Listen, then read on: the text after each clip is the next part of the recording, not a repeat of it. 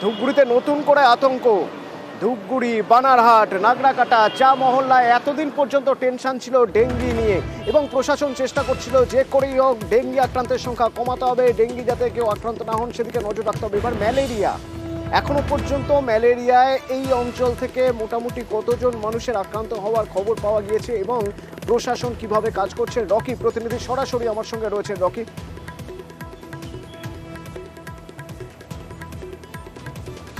এতদিন ডেঙ্গি মাথা ব্যথার কারণ হয়ে দাঁড়িয়েছিল স্বাস্থ্য দপ্তরের কাছে। এবার কিন্তু ম্যালেরিয়ার দাপটে রীতিমতো চিন্তার ভাঁজ স্বাস্থ্য দপ্তরের মাথায়। কারণ জলপাইগুড়ি জেলার ধূপগুড়ি, বানারহাট এবং নাগরাকাটা ব্লকের বিস্তীর্ণ এলাকায় কিন্তু ম্যালেরিয়া প্রকোপ বাড়তে শুরু করেছে। ইতিমধ্যে বানারহাট ব্লকের অন্তর্গত চানাডিপা এলাকায় একই গ্রামের প্রায় 9 জন কিন্তু ম্যালেরিয়া আক্রান্ত হয়েছে।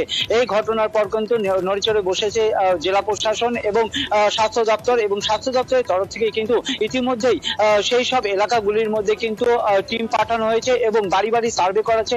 এমনকি যে সকল মানুষ জ্বর, সর্দি, কাশি ভুগছে তাদের রক্তের নমুনা সংগ্রহ করা হচ্ছে এবং সেই রক্তের নমুনা সংগ্রহ করে নিয়ে কিন্তু পরীক্ষার জন্য পাঠানো হচ্ছে। এক কথায় বলা চলে যেরকম ধূপগুড়ি এলাকার যে বিএমএইচ রয়েছে তিনি কিন্তু ইতিমধ্যেই সরেজমিনে তদন্ত করতে গিয়েছেন এবং যে সকল জায়গায় এই আতঙ্ক ছড়িয়েছে এবং এই প্রভাব পড়েছে ম্যালেরিয়ার, সে সকল জায়গা কিন্তু ভিজিট করছেন এবং সচেতনতামূলক প্রচার চালাচ্ছেন যাতে বাড়ির আশেপাশে নোংরা আবর্জনা বা কোনো জায়গায় বদ্ধভাবে জল না রাখে এলাকার মানুষ, নাহলে কিন্তু বিপদ বাড়তে পারে। সঙ্গে থাকো, এই যে স্বাস্থ্যকর্মীরা তারা কাজ করছেন, স্বাস্থ্যকর্মীরা বিভিন্ন বাড়ি বাড়ি গিয়ে মেডিকেল টিম তারা নমুনা সংগ্রহ করছেন রক্তের, এরকম 17খানা টিম তৈরি করা হয়েছে। তো এই স্বাস্থ্যকর্মীরা কি বলছেন একবার শুনবো, আর যারা আতঙ্কের মধ্যে রয়েছেন এলাকার মানুষ তাদের বক্তব্য শুনবো।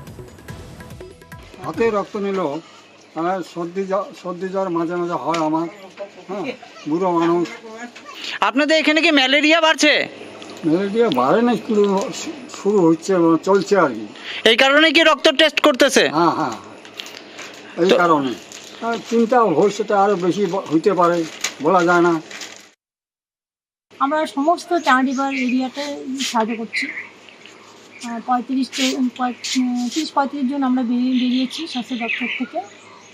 বিভিন্ন জায়গায় ঘুরে দেখছি কারো জ্বর আছে নাকি 100টার মধ্যে, যাদের সামান্য সর্দি কাশি বা সামান্য জ্বরের দেখা দিচ্ছে তাদেরকে আমরা আরডি টেস্ট করছি, স্লাইড নিচ্ছি। এখন পর্যন্ত কতজন আক্রান্ত হয়েছে এখানে ম্যালেরিয়াতে? 9 জন। রকি, পঞ্চায়েত কি ব্যবস্থা নিচ্ছে?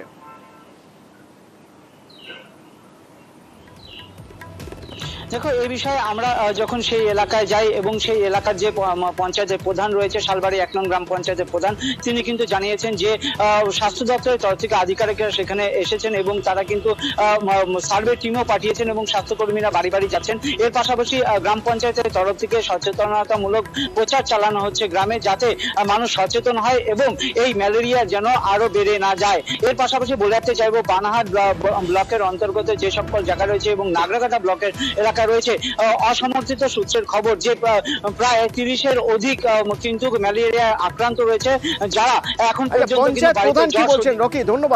ধন্যবাদ। পঞ্চায়েত প্রধান কি বলছেন, সিএমওইচ কোন সতর্কতার কথা বলছেন, কতটা তারা প্রস্তুত রয়েছেন জানাচ্ছেন, শুনুন। আমাদের শালবাড়ি 1-এর যারা ভিআরপি আছে তারা প্রত্যেকটা পার্টে খোঁজখবর নিয়ে দেখে। তো এখনো পর্যন্ত সব পার্টে কোনো খবর পাওয়া যায়নি ম্যালেরিয়া, শুধু একটা পার্ট যেটা হচ্ছে উত্তর শালবাড়ি, সেখানে হচ্ছে 9 জন পেশেন্ট পাওয়া গেছে। তো স্বাস্থ্য দপ্তর থেকে কোনো ব্যবস্থা নিয়েছে এখনো? হ্যাঁ, বিএমএস সিএমএস নিজে আসছিল, তো ব্যবস্থা নিচ্ছে। আমাদের যে ভেক্টর বর্ন ডিজিজ যেগুলো আছে আর কি, তার মধ্যে যেটা মেন যে ডেঙ্গু, এই মুহূর্তে ডেঙ্গু আমাদের টিল ডেট জানুয়ারি থেকে যদি আমরা দেখি তাহলে 80 জন আক্রান্ত হয়েছে এবং এই মুহূর্তে কেউ ভর্তি নেই এবং সবাই ইয়েতে আছে, সব সুস্থ হয়ে ফিরে গেছে আর কি। ভর্তি নেই, হাসপাতালে কোনো ভর্তি নেই আর কি। ম্যালেরিয়া পেশেন্টেরও কোনো ডেথ নেই অ্যাজ সাচ। সমস্ত অ্যাক্টিভিটিস, প্রিভেন্টিভ অ্যাক্টিভিটিস সেগুলো চলছে।